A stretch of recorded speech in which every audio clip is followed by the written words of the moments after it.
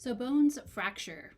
It's important to realize that hips and other joints don't fracture, so it's a characteristic of a bone.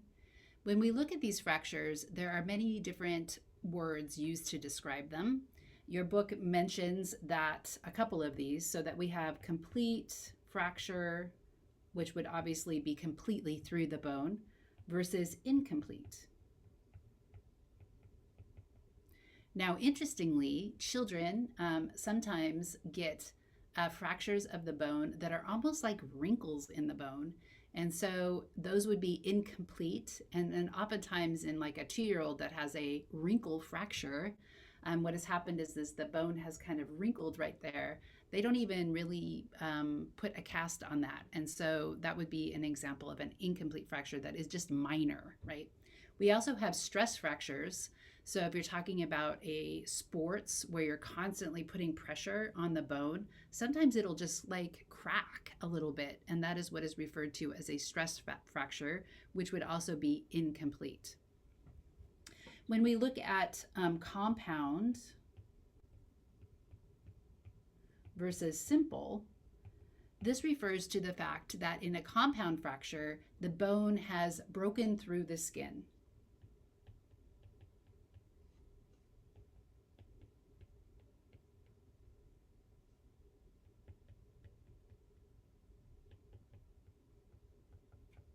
And in a simple fracture, the bone is still underneath the skin and hasn't been exposed to all the microbes that are in the environment. So it's simpler to treat, right?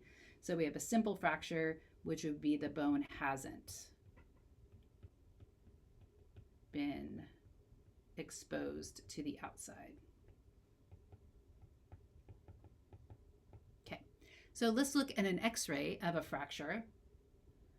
So you could look at this one and you can see that it is a complete fracture.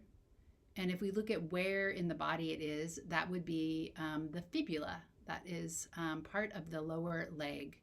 So we can see that fracture has occurred.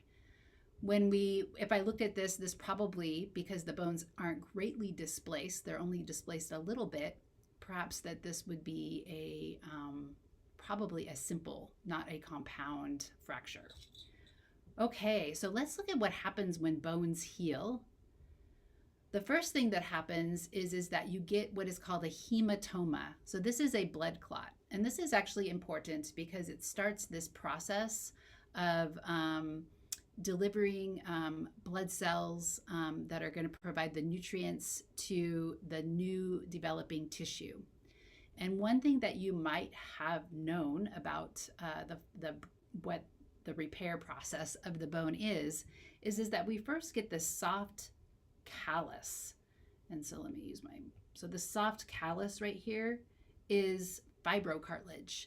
So just like when we go from being fetuses where we have to produce bone through this cartilaginous process, we have to first go back to the fibrocartilage, and then we're going to mineralize that fibrocartilage and we're going to turn it into bone. And so then we get a bony callus formation. And so notice that these are a little bit larger and we can see them in x-rays. And then what is going to happen is that we're going to get some remodeling. So osteoclasts are going to go in there and clean up the bone and reshape it so it becomes the right shape. So if we look at this in an x-ray, if I were to look at these bones, this would be which one? So this would be the radius, I believe, and then this would be the ulna, and there's fractures here, and you can see that it's starting to repair itself because of this callus. And this callus is something that you actually might also be able to palpate on a broken bone. So that is how bones repair themselves.